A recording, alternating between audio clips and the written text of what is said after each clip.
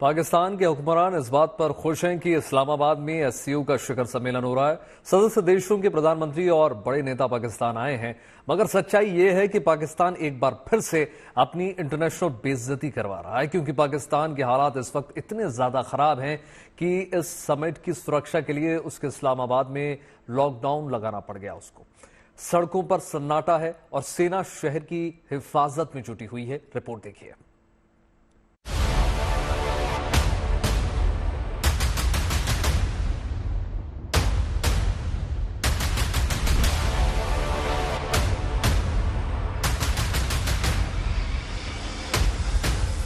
खाली सड़कें, चप्पे चप्पे पर सेना और पुलिस, फिजा में खौफ और दहशत। ये तस्वीर है उस इस्लामाबाद की जहां दुनिया के कई बड़े देशों के नेता जमा हैं।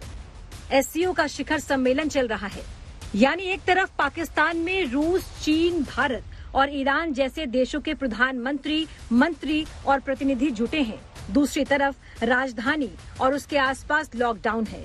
परिंदा भी पर नहीं मार सकता।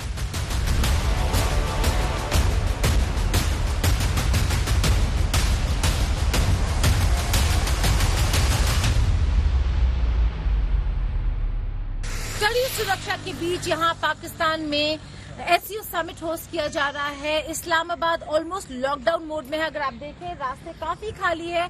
वही गाड़ियां यहाँ पर चल रही हैं जिनको बिल्कुल जरूरी काम की वजह से बाहर निकलना पड़ रहा है। यहाँ पर इस्लामाबाद में 3 दिन की छुट्टी का ऐलान कर दिया गया है। ऑफिस, स्कूल और बिजनेसेस बिल्कुल बंद रहेंगे। ये इसलिए क्योंकि यहाँ पर SCO member countries, observer countries के काफी इम्पोर्टेंट डेलीगेशन आने वाले हैं और आज शाम से कल शाम तक इस्लामाबाद ऑलमोस्ट लॉकडाउन सिचुएशन में रहेगा। एससीओ के शिखर सम्मेलन करवाकर पाकिस्तानी सरकार भले ही खुश हो रही है, मगर सच्चाई ये है कि इस वक्त पाकिस्तान सुलग रहा है। राजनीतिक तनाव के साथ आतंकवाद और हिंसा की घटनाओं ने पाकिस्तान को हिला दिया है। आशंका है कि कहीं भी किसी भी वक्त कोई हंगामा हो सकता है, हिंसा हो सकती है। इसीलिए इस्लामाबाद को एक तरह से छावनी में बदल दिया गया है।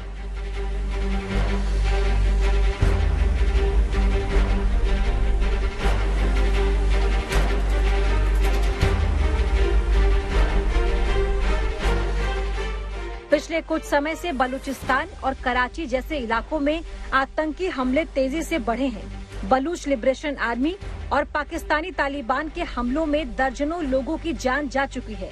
लेकिन ज्यादा चिंता की बात तो चीन के लिए है। 6 अक्टूबर को कराची में एक हमले में चीनी नागरिकों की हत्या कर दी गई।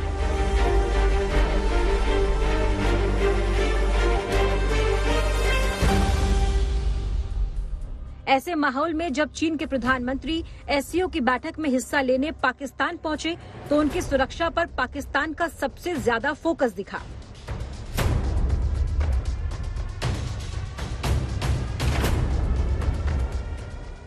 लगातार चीनी नागरिकों पर हमले से चीन नाराज है। पाकिस्तान पर उसका दबाव बढ़ा है। ऐसे में चीनी प्रधानमंत्री ली कियांग को पाकिस्तान में खास तवज्जो मिली। प्रधानमंत्री शहबाज शरीफ ने ली कियांग से मुलाकात की और द्विपक्षीय संबंधों पर चर्चा के साथ कई समझौतों पर हस्ताक्षर किए। मगर चीन की मदद से बनाए जा रहे ग्वादर हवाई अड्डे का ऑनलाइन उद्घाटन ही किया गया।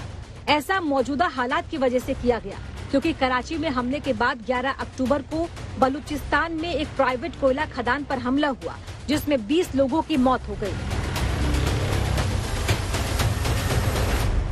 आंतरिक समस्या और आतंकवाद की वजह से पाकिस्तान में आग लगी हुई है, पर उसकी सरकार देश की अच्छी तस्वीर पेश करने में लगी है, जबकि सच्चाई इसके उलट है।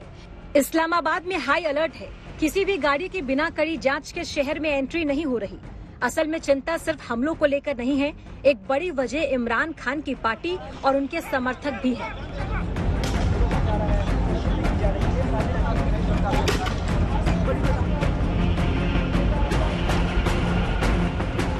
इमरान खान के समर्थकों ने कुछ दिन पहले ही विरोध प्रदर्शन करके चक्का जाम कर दिया था। शनिवार को सैकड़ों कार्यकर्ता प्रदर्शन के लिए डी चौक की तरफ बढ़ रहे थे, जिसे रोकने के लिए पुलिस ने आंसू गैस के गोले छोड़े।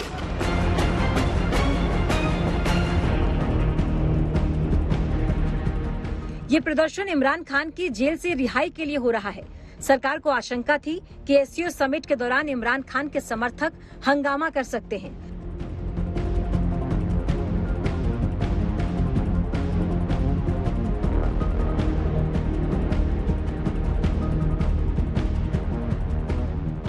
इसीलिए इस्लामाबाद के बड़े बाजार, होटल और वेडिंग हॉल 3 दिनों के लिए बंद कर दिए गए। इतना ही नहीं, इस्लामाबाद में 15 से 17 अक्टूबर तक सार्वजनिक अवकाश भी घोषित कर दिया गया है। बताया जा रहा है कि इस्लामाबाद के बाहर 10,000 कंटेनर खड़े कर दिए गए हैं।